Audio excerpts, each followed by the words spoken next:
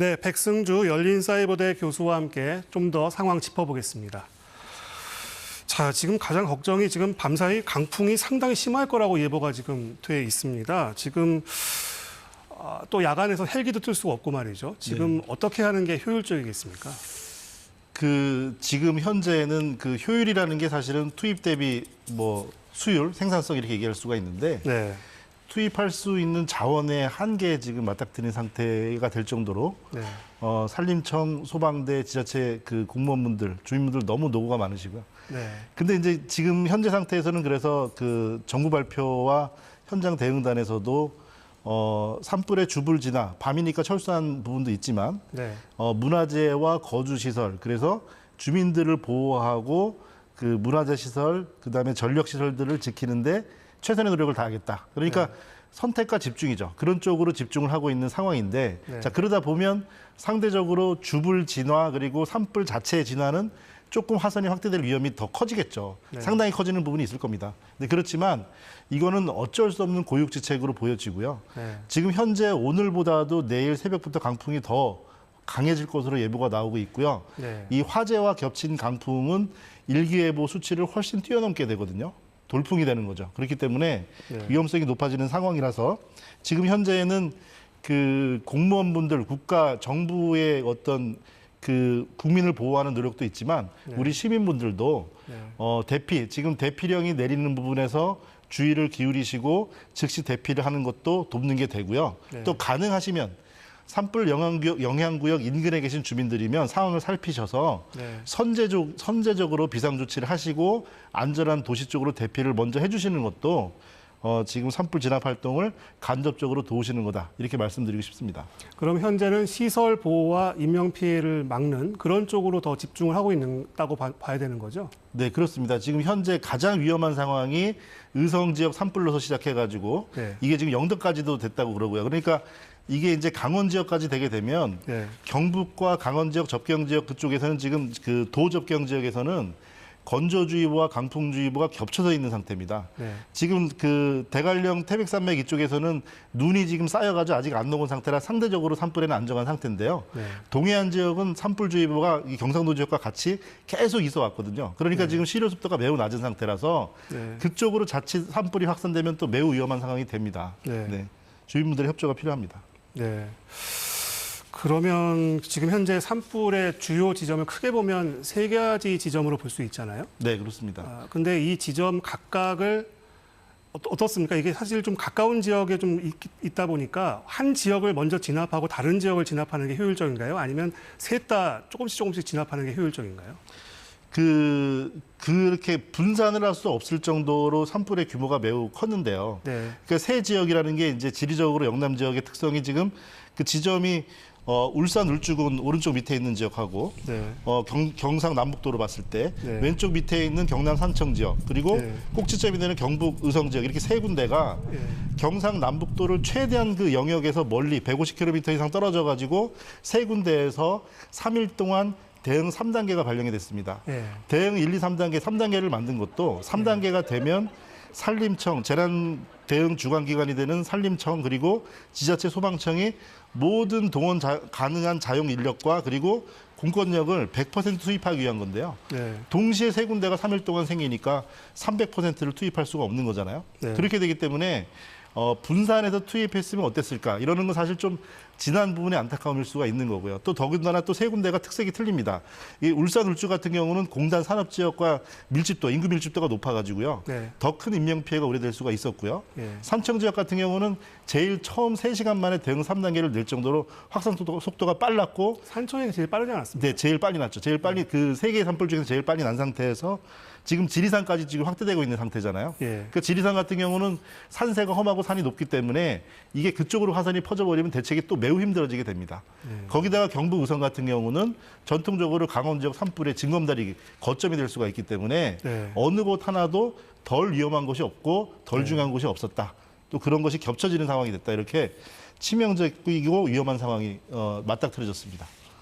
네, 상당히 걱정되는 상황입니다. 그리고 또 궁금한 게 이 산불이 나면 그 소방청과 산림청의 역할을 어떻게 서로 구분해서 이제 운영을 하게 되는 건가요? 네, 산불은 평상시에 초기 관리도 있고 네. 그리고 비상시에 대응이 있는데 산불이 이렇게 대형 재난화가 되면 네. 산불 자체가 국가적인 재난이 됐을 때는 네. 재난 주관기관은 산림청이 됩니다. 산림청. 네, 그리고 소방청 같은 경우는 모든 여러 형태의 재난에서의 긴급 구조기관이 되기 때문에 네. 산불 자체를 집중적으로 대응하는 소방력은 산림청이 가지고 있게 되고요. 네. 그리고 지자체, 군, 경, 소방청은 네. 지원을 하는 그런 형태를 띠게 됩니다. 네. 지금 같은 경우도 지금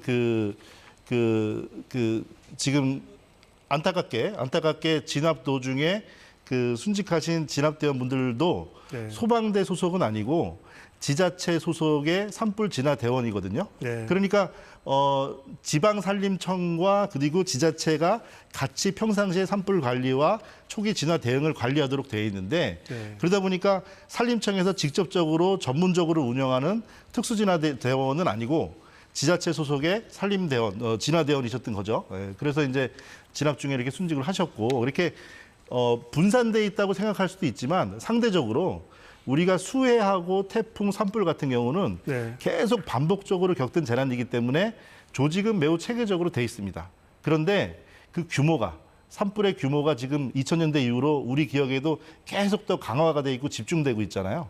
그런 거는 못 따라가고 있는 것이 사실은 좀 안타까운 실정입니다. 네. 그 산불 진화대원들도 그 공중 진화대, 특수 진화대, 일반 진화대로 이렇게 구분이 되더라고요. 이게 어떻게 다른 겁니까? 역할이? 네, 조금 이게 좀 섞여 있을 수 있게 되는데요. 예를 들어 그 진화를 하는 그 작전적인 면에서 보면은 공중 지원과 지상 지원이 있을 수 있고요. 네. 지상도 이제 장비가 있고 인력으로 이렇게 나눠집니다. 네. 그렇게 되고 그 진화대 자체의 편제도 아까 말씀드린 산림청에서 그래서 거점화시킨 각 지방 산림청에서 전문적으로 운영하는 특수 진화대가 있고요. 네. 이분들 같은 경우는 기계화와 강도 높은 훈련들을 지속적으로 받고 그리고 매우 위험한 상황에 투입돼서 산불 진화 역할을 하시고 그리고 지역 산불 관리 기관이 되는 네. 지자체 그리고 지방 산림청 국유림관리소 이렇게 평상시에 그리고 비상시에 방어 인력으로. 근데 이렇게 되면 좀 이제 앞으로 좀 개선해야 될 부분은 네. 이렇게 그 전문적이지 않은 인력이 산불 진화에도 필요하긴 합니다. 그러니까 이분들은 대피 인력의 안내라든지 그리고 뒷불 정리라든지 그리고 뒷수습 이런 쪽이 돼야 되는데 네. 주불 진화에 투입이 되는 것은 매우 고도의 체력과 그다음에 많은 훈련이 필요한 거거든요. 근데 네. 그런 부분에서는 좀 개선이 앞으로 좀 조심스럽게 있어야 된다고 봅니다. 그렇군요. 그 이번 뭐 산불의 발화 원인은 뭐 조사를 좀 더 해봐야 되겠지만 현재까지는 뭐 인재로 인한 경우가 많은 걸로 파악되고 있지 않습니까? 네, 그렇습니다. 지금 그 당장 이 대형 산불로 번진 원인도 다 실화의 원인으로 되겠고요. 그리고 뭐 성묘객이고 또 과자 봉지를 태우고 또 근처에서 용접을 하고 또 예초기로 불꽃이 튀고 이렇게 되니까 인적 원인이 되는데요. 최근 10년간의 산림청의 산불 화재 통계를 보면 그 원인 중에서 네. 입산객의 실화가 37%가 되고 네. 거기다가 쓰레기 소각과 영농 부산물 소각을 더하게 되면 네. 전체 화재 원인의 65%가 인적 원인이 되고요. 네. 또 여기다 당연히 그 조사되고 확인되지 않은 것들까지 더하게 되면 더 높은 확률로 되기 때문에 네. 화재에 지금 전 국토가 말라 있는 상태고 네. 4월 달이 되면은 강원도까지 실습도가 매우 낮아지게 됩니다. 그렇기 때문에 우리 입산객 주변에 사시는 우리 시민분들 이런 네. 분들이 특별히 조심하셔야 되겠고요. 지나시는 네. 분들도 마찬가지고 인적 에러를 줄여서 이런 위험을 재난을 막아야 될 그런 때입니다. 네. 뭐 사실 산불이 그 한번 났다 하면 정말 끄기가 이렇게 너무 힘들지 않습니까? 처음부터 불이 나지 않게 주의를 기울여야겠는데 뭐 당연한 얘기겠지만 뭐 하나 더 좀 조심해야 될 부분 다시 한번 짚어줄 수 있을까요?